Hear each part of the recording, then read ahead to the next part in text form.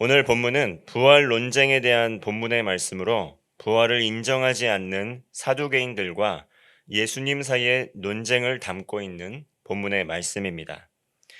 오늘 본문 말씀에서 부활을 인정하지 않는 사두개인들은 예수님께 다소 억지스러운 질문을 가지고 나왔습니다.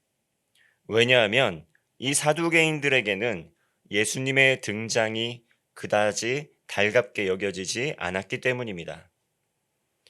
사두개인은 유대교의 귀족 계급 중에 하나였습니다. 그들은 다윗의 대제사장이었던 사독 가문에까지 거슬러 올라갈 수가 있습니다. 예루살렘을 기반으로 제사장 가문에 속하였던 이 사두개인들은 나름의 전통을 가지고 그 전통을 고수하며 살아갔었습니다. 그러나 이 사두개인들은 신약 성경에 함께 자주 등장하는 이 평민 중심의 율법학자들로 구성이 되었던 바리새파와는 사이가 좋지 않았습니다. 사두개인들은 바리새파가 강조하는 전통을 거부했습니다. 그리고 사두개인들은 모세 오경만을 신뢰한다고 주장을 했습니다. 그리고 사두개인들은 미래의 삶에 대한 그 어떠한 교리도 전부 거부했습니다. 특히 사두개인들이 거부했던 것이 무엇이었냐면 바로 이 부활에 대한 사상이었습니다. 아마도 부활을 옹호할 경우에는 귀족 계급이었던 그들이 이 순교적 신앙을 더욱 부추기게 되어서 이 부활 신앙으로 인해서 이스라엘 백성들이 혁명 운동을 하게 되면 그들의 기득권을 잃을 수도 있다라는 실질적인 위험이 있었기 때문입니다. 반면에 평민 중심의 바리새인들은 부활을 옹호했습니다. 새 시대가 열리면 하나님께서 죽은 자들을 새 생명으로 부활시켜 주실 것이라고 믿었습니다. 그리고 대부분의 유대인들은 이러한 귀족 계급의 사두개인보다는 바리새인들을 더욱 신뢰했습니다. 결국 이후에 사두개파는 주 70년 로마에 의해서 성전이 파괴되게 될 때 완전히 역사상으로 사라지게 됩니다. 이렇게 사두개인들은 예수님을 트집 잡기 위해서 그들의 기득권이 위협을 받기 때문에 예수님께 트집 잡기 위한 질문을 하나 가지고 나왔습니다. 24절의 말씀입니다. 선생님이여, 모세가 일렀으되 사람이 만일 자식이 없이 죽으면 그 동생이 그 아내에게 장가들어 형을 위하여 상속자를 세울지니라 하였나이다. 모세 율법에 의하면 자식이 없이 죽으면 동생이 그 아내에게 장가를 들어서 상속자를 세워야 한다라고 하였습니다. 그리고 오늘 가지고 나온 질문은 다소 억지스럽지만 7명의 형제가 있는데 마지가 장가들어 죽었다가 이 상속자가 없어서 그 아내를 동생에게 물려주었고 이렇게 둘째, 셋째, 나아가 7째까지 그렇게 하다가 모두 죽고 나중에 여자도 죽게 되었다라는 것입니다.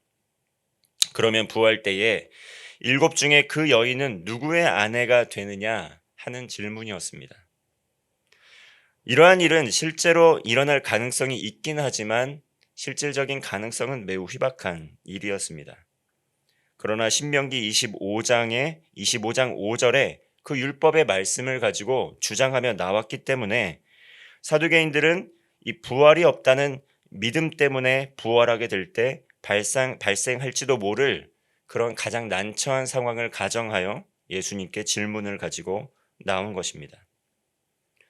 이때 예수님께서는 사두개인들의 의도를 정확히 간파하고 있었습니다. 그들의 호기심이 단순히 진정으로 궁금해서 가지고 나온 질문이 아니라 예수님을 넘어뜨리기 위해서, 예수님의 권위를 손상시키기 위해서, 그래서 사람들이 예수님을 따르지 못하도록 하는 그런 악한 의도를 가지고 있었다는 것을 예수님은 잘 알고 계셨습니다. 사두개인들의 그 의도를 간파하신 예수님께서는 그들의 잘못된 이해를 바로잡으십니다.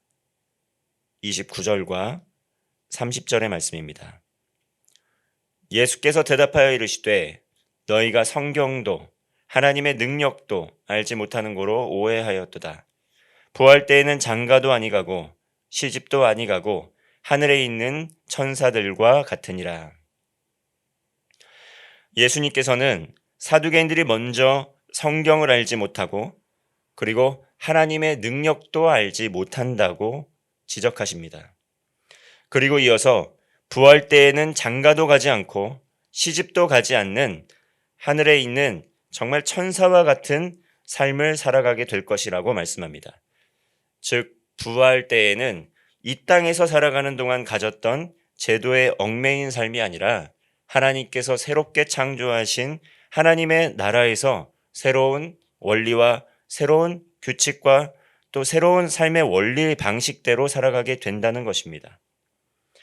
사두개인들은 이 땅에서의 삶의 제도와 모양을 그대로 하나님 나라에서도 살아갈 것이라고 가정하였기 때문에 예수님께서는 너희가 성경도 모르고 하나님의 능력도 모르고 하는 말이라고 이야기를 하신 것입니다.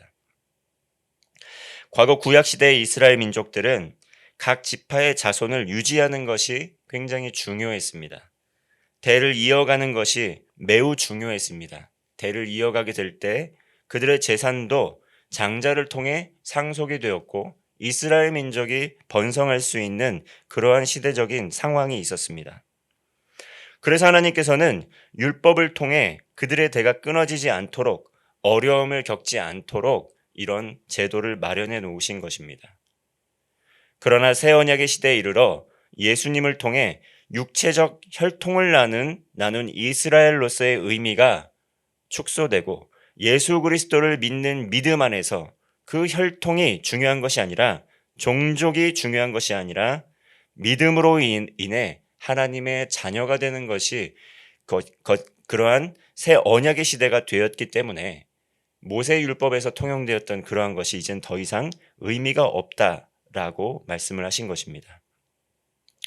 예수 그리스도를 믿는 믿음으로 의에 이르고 구원받은 또 아브라함처럼 예수 그리스도를 믿음으로 구원받아 영생을 누리는 새 언약의 시대의 백성으로 살아가게 되었기 때문에 혈통적 이스라엘의 의미가 사라졌다는 것입니다. 그래서 예수님께서는 성경도 모르고 또 하나님의 능력도 모르기 때문에 오해하였다고 이야기하신 것입니다. 31절과 32절의 말씀을 보겠습니다. 죽은 자의 부활을 논할진대 하나님이 너희에게 말씀하신 바 나는 아브라함의 하나님이요 이삭의 하나님이요 야곱의 하나님이로라 하신 것을 읽어보지 못하였느냐.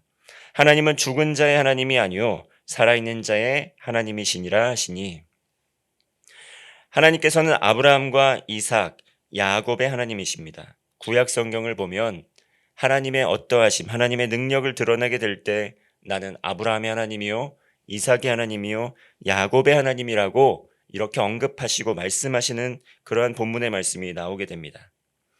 하나님께서 아브라함과 이삭과 야곱의 하나님이 되었다라고, 야곱의 하나님이라고 또 이스라엘 백성에게 나타나서 또 모세에게 이야기한 이유는 무엇이겠습니까? 아브라함과 이삭과 야곱은 이미 죽은 지 오래된 그들의 믿음의 선조들이었습니다. 그런데 모세에게 아브라함과 이삭과 야곱의 하나님이라고 밝히면서 하나님께서 말씀하신 이유는 하나님께서는 아브라함과 이삭과 야곱의 하나님이기 때문에 그들이 비록 이 세상에서는 삶을 마감하고 죽은 자가 되었지만 아직도 살아있어 역사하는 자들이다라는 것입니다. 이것은 하나님께서 아브라함과 이삭과 야곱의 하나님이 되심을 밝히시면서 아브라함과 이삭과 야곱도 부활의 영광에 동참하였음을 밝히는 말씀입니다. 하나님께서는 죽은 자의 하나님이 아니라 부활의 소망을 주시고 새 생명을 얻게 하시는 하나님이시라는 것을 말씀하신 것입니다.